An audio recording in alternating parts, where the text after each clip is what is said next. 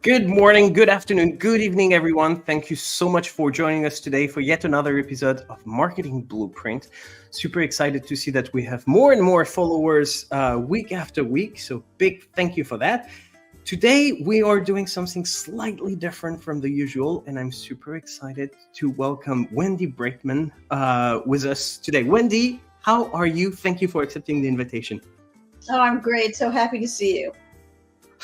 Well, there is a small tradition here at Marketing Blueprint, which is I like to start with a brief recap of my guest's career, and I'm trying to get it right. So what I'm going to do, if you're okay with this, I'm going to go through what I think your career is, and you'll tell me whatever I've missed or whatever was wrong. That work for you?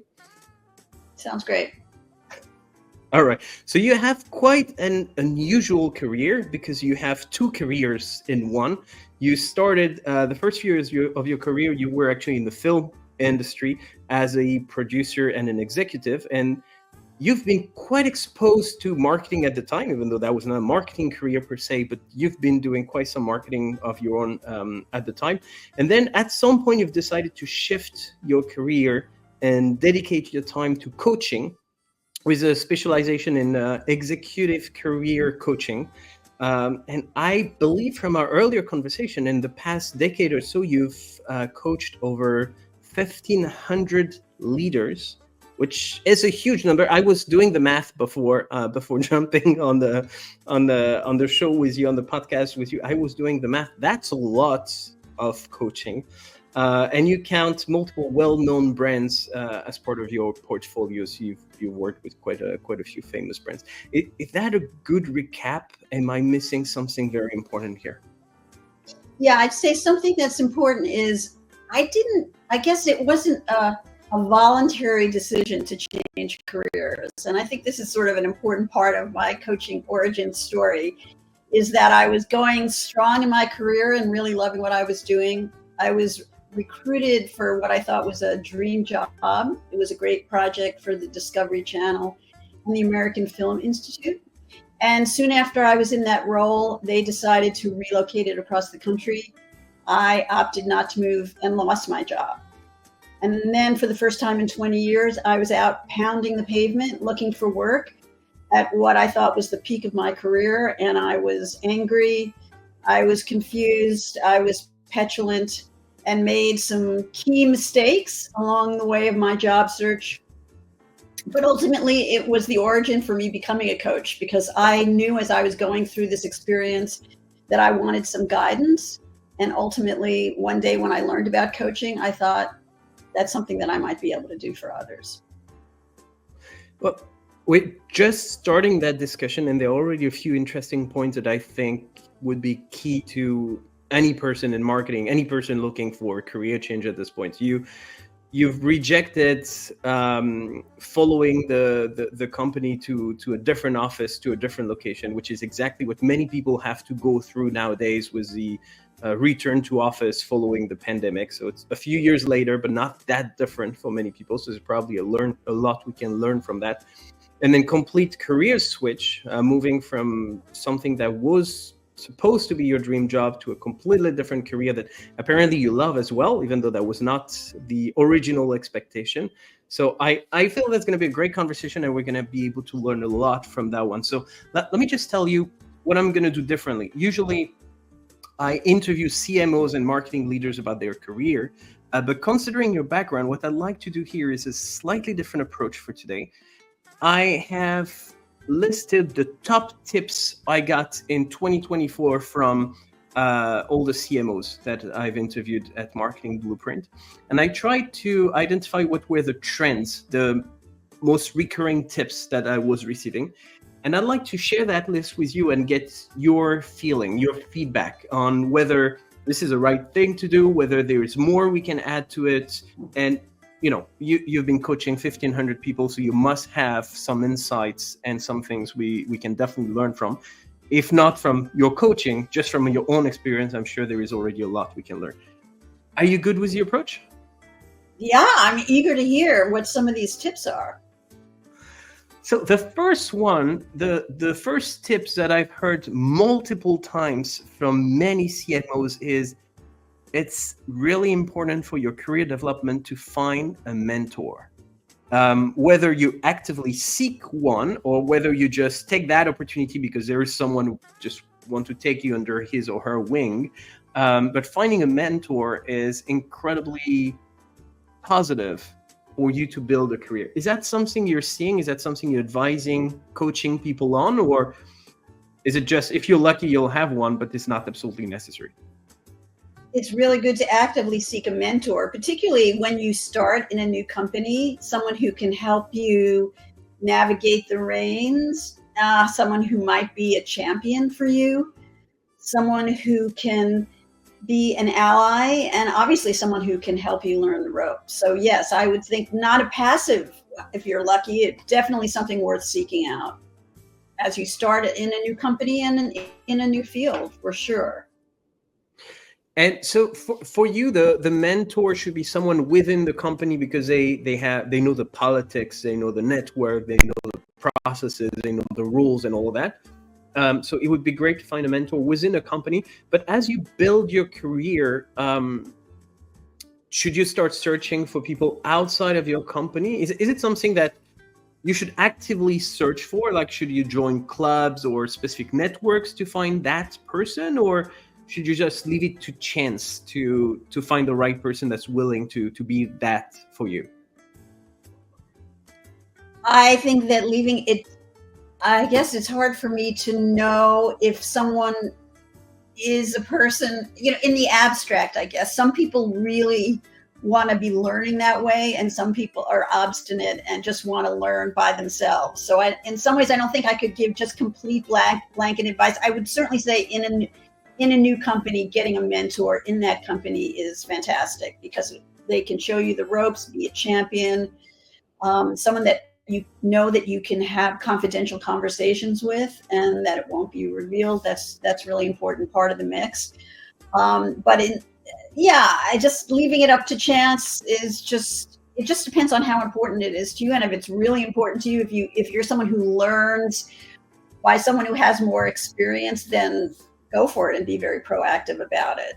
It's part of I'm sure we'll get into this core cornerstone of career development is networking. That's so huge. And I can sort of put mentor in that pot of how important it is to be networking during every stage of your career. So actually, that's a good point. Networking is on my list. It's not on the top of my list. That's not one of the things that I've heard the most, but that's something I've heard quite a few times. I've heard it from various CMOs that were telling me they were part of clubs that, were allowing them to meet their peers from various companies, various industries. And that was an important part of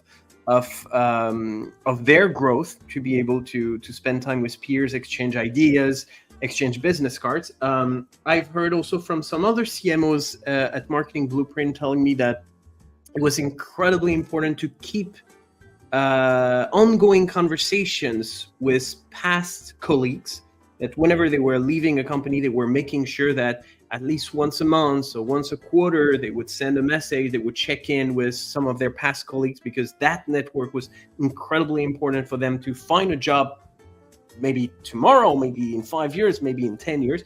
What is networking for you? What is the best way to do it right to build your career? Networking is, as I said, at the cornerstone of career development. And part of how I now understand this is when I work with people who are looking for a job and they land a job, I ask all of them, what's the most important thing you've learned from this experience? And particularly senior executives, the job search could take up to a year, right? Because there are fewer jobs at the C-suite level. And so when I say, what did you learn from this experience that you want to remember if it should happen again? The number one answer I get is, I should have been networking all along. Once you lose a job, the networking it has a more transactional feel. And so if you're networking all along, then you've nurtured these relationships and you can dip into them. And it's such a critical part of the job search. Someone who I coached recently, who was a president of a top brand, and when he lost his job, and we worked together through his job search. And when he landed a job, he said and I talked about this question with him, and he said that even though he had a high profile role, he was really in a silo. He didn't get out of that silo and interact that much with people outside the company.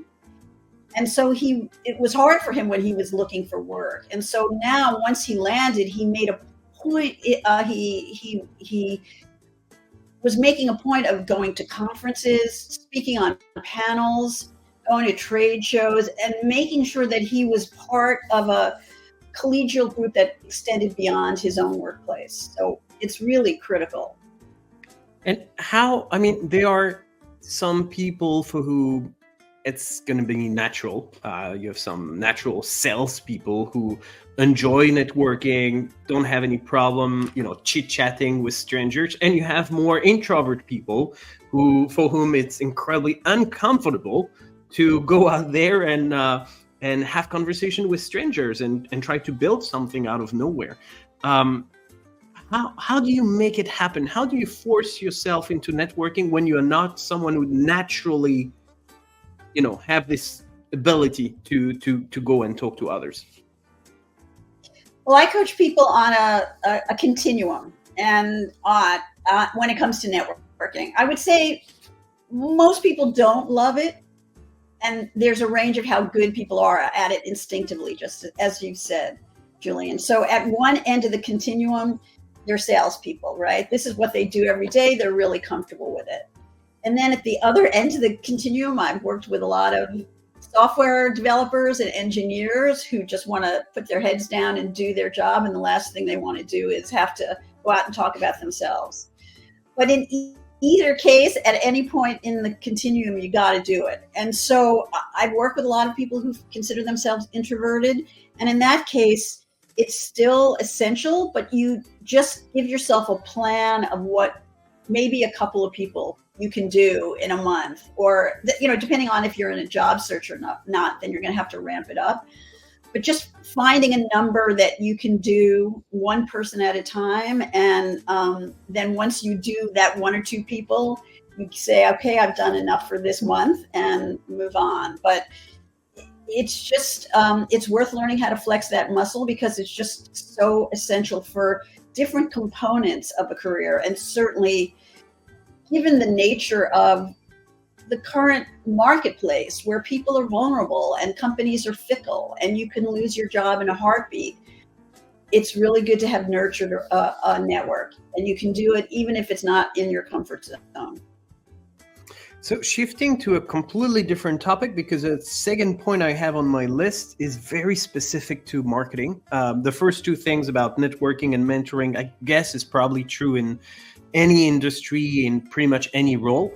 The next one I have is very specific to marketing. The tips that many CMOs have been sharing on this podcast is marketing is so diverse. You have so many different roles inside the marketing environment. You can be doing SEM, SEO, you might be doing designing, you might be doing campaign, you might be doing branding, you might be doing analyst. There are so many roles that being able to understand several aspects of marketing and take different roles in different companies, in different industries, and try many things could actually be a great path to becoming a CMO or a director or a manager or vice president or whatever it's going to be, but to actually get a career that's growing in the right direction. Trying many things, trying many roles seems to be something I've heard multiple times from different CMOs. I don't know if it's only for marketing or for different roles as well, but what's your take on that? Should people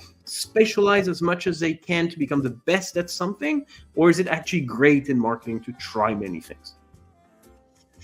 Yeah, it's interesting that you're talking about this with marketing, because it's true. I'm trying to think of another industry where there are just so many different ways that you could do that job. And maybe marketing, I would agree with you. There's so many different pieces to it. And so do you excel at one of those, or is it better to be a multitasker? And sometimes what's so frustrating about the job search, and I know this was frustrating for me because I ran a small organization and was a generalist. I wore many hats because I had to. And then when I was looking for work, people wanted to know that I had this progressive experience in this one thing.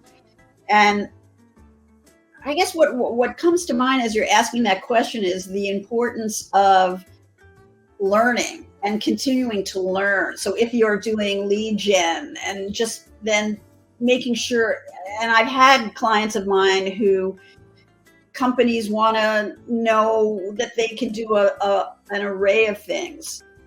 So again, it's hard for me to speak in very specific terms, but if you can diversify your portfolio and certainly learning and training and upskilling during the course of your career to at least be able to be knowledgeable and articulate what some of these other things are is really important. I was just thinking about something in entertainment. There's scripted, there's unscripted, there's fiction, there's nonfiction, and it's hard to be versed in all of those things, but at least if you can, maybe this is where a mentor comes in or someone who's doing that thing, if you can at least have a conversation and get familiar with the jargon and understand it so you can at least intelligently talk about it, that's a start. I don't know, but I want to just get back to some people really prefer to get really, really into the weeds in this one thing, and some people are just more comfortable with a more diversified portfolio. So something you just said right now was continuous learning is incredibly important. That's actually number 4 on the list of the most recurring tips and advice I got from marketing leaders. Continuous learning is essential. How do you do that? Because in a similar fashion to networking, some people just, love reading books every night, love taking classes, going on various training, and this kind of thing. And for some people, then there is your work life, and at 6 p.m. it's family time, and weekend is for hobbies and other things. So how do you find the right balance? How do you make sure you get in a dynamic where you keep learning new things, even though it does not necessarily come naturally to you? Well, let's go back to when I was talking about one of my clients who understood when he lost his job. And again, he was a very high president at a well-known brand, that he felt like he had been in a silo. He didn't get out enough. And so I think going to conferences is one way, and that fits a dual purpose, right? If you're going to conferences and maybe there are speakers in a topic that relates to your work, that you can bring in new information. It may be hard to fit it into a work life when you want to make sure you have balance. So maybe you're not going to take a course, but at least putting yourself in an environment where you're hearing from the top speakers. Let's just talk about AI, for example. You can say that I don't want to learn it because I don't have time, but you need to stay on top of the trends to really be able to succeed in your career. So you got to make some time for it. Another aspect of growing your career is being able to appear as a leader. My personal experience, what I have personally witnessed, is very often people get promoted without necessarily getting the right coaching or training to actually become managers or people leaders. So that's a muscle you're going to have to flex on your own very often. Probably finding a mentor is a fantastic way to getting the right insight and tips to become a leader. But very often you're left on your own. Very few companies provide a proper structured trainings for leaders. One of the things that I've heard from multiple marketing leaders is benevolent leadership and collaboration are incredibly important skills to manage a team, and therefore, as you manage a team, you'll be able to grow your own career. How do you see leadership? Is that part of the things you need to learn to grow your career? Is that something that's incredibly important? what is your relationship with that concept? First, I'd like to make a pitch for coaching. In addition to the mentor avenue, just another way to be growing. That's what executive coaching is. Part of it is just helping people navigate new kinds of roles and learning. Yes, a mentor is great, but coaching just facilitates growth in a different way. So I would just put that as a possibility in someone's toolkit, is to explore working with a coach as they're developing themselves as a leader. And leadership, I have people who are just have advanced quite high in their career, but they don't want to manage people. They just don't. And then there are people who really love to manage people and don't want to be hands-on anymore, and are tired of, they want to be more strategic and really have other people articulate their vision. So I think I've come to this point a couple of times, Julian, where I'm not into a one-size-fits-all thing, whether it's mentors or how you learn or how you network, or whether or not you want to be a leader of people, because not everyone wants to. But certainly working with a mentor, working with a coach, talking to other people who are leaders. If you want to get some experience managing people and you haven't, there are ways that you can become a mentor. You can do volunteer work, just learning that dynamic, which is important too. So talking about leadership, there is one thing that I've heard also quite a few times. It's about being able to build being able to build influence even though you don't have authority. And what the context where I'm hearing this from marketing leaders is, you don't always have the title that you want, but if you can already build the influence where people naturally come to you because you're the expert, because you're always able to help people out, then you actually put yourself in a position where you're going to be able to be promoted next in your career because you're already a natural leader. So building influence when you don't necessarily have authority, whether by yourself, with the help of a coach, with the help of a mentor, is that something that you see as important, or is it, like you said before, there is no one plan fits all kind of thing and everyone is going to be different? Well, I was thinking as you were talking about, when I changed careers, and I was a senior executive when I left the film industry, and then had to start as a coach from the beginning. I went back to school and trained, and I didn't have the authority, as you say, but I wanted to be someone who had influence and impact. And one of the ways that I did that, and this is not in everyone's wheelhouse, but I'm able to write.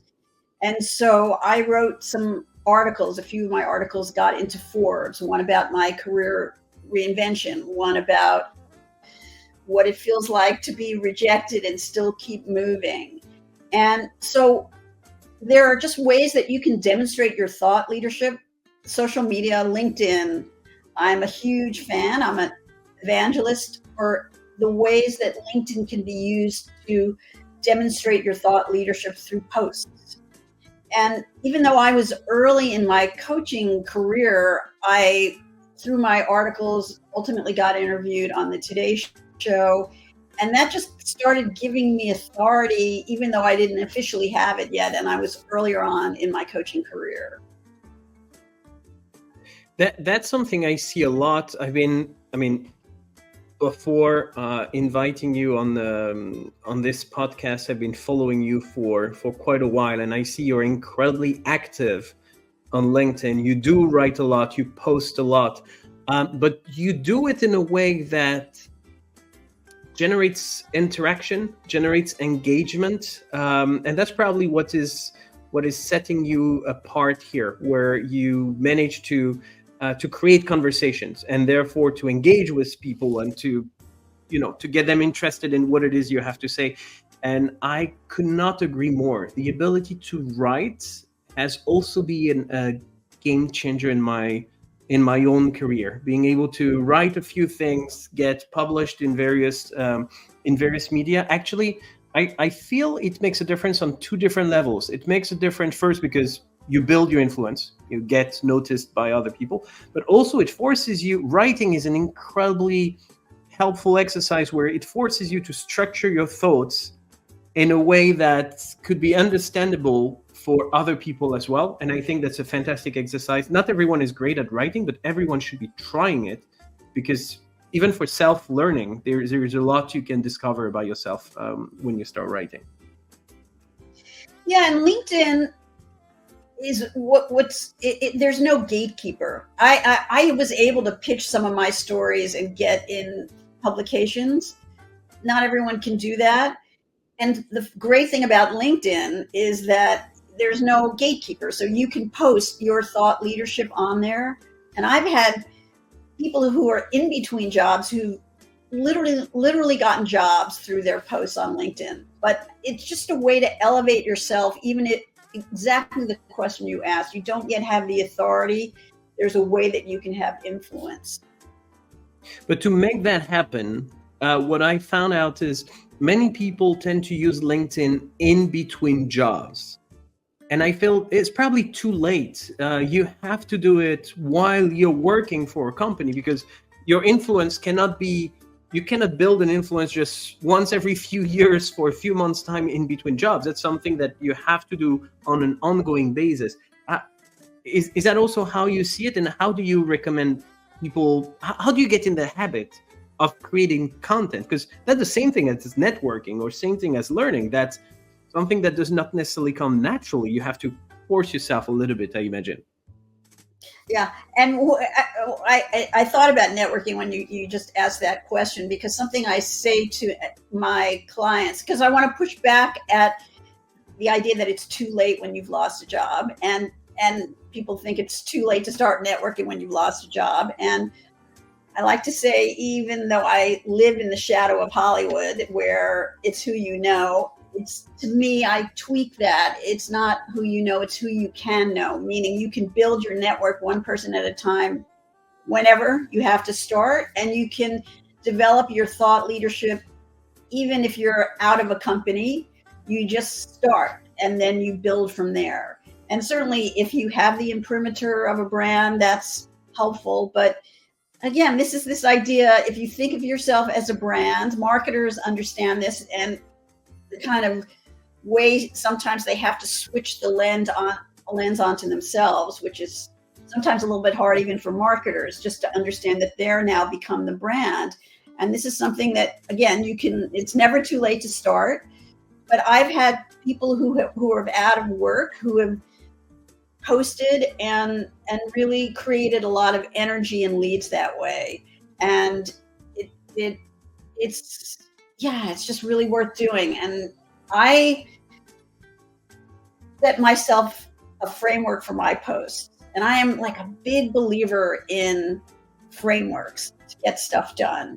You know, part of being a coach is helping people accomplish their goals. So how do you break it into small bite-sized pieces so it's not too overwhelming? So if you create a framework for saying, I'm going to do this post, maybe the first step is coming up with 3 ideas, just brainstorming of what you could write about, what's important to you.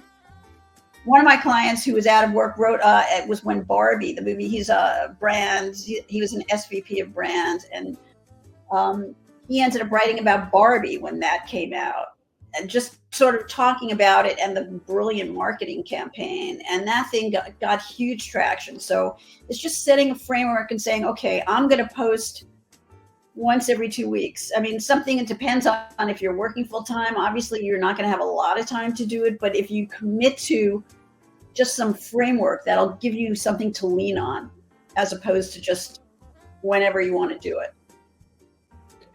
I can't believe that time is passing so fast. It's almost time already. And I have one last burning question I have to ask. If you had one recommendation for young, ambitious marketers who want to climb the career ladder and eventually become a CMO at some point, what would be your top piece of advice? Is it something we've talked about already today that we've already covered, or do you have another nugget that you're ready to deliver? Well, again, I've talked about networking a lot because it's just so essential, but part of networking is being able to tell your story.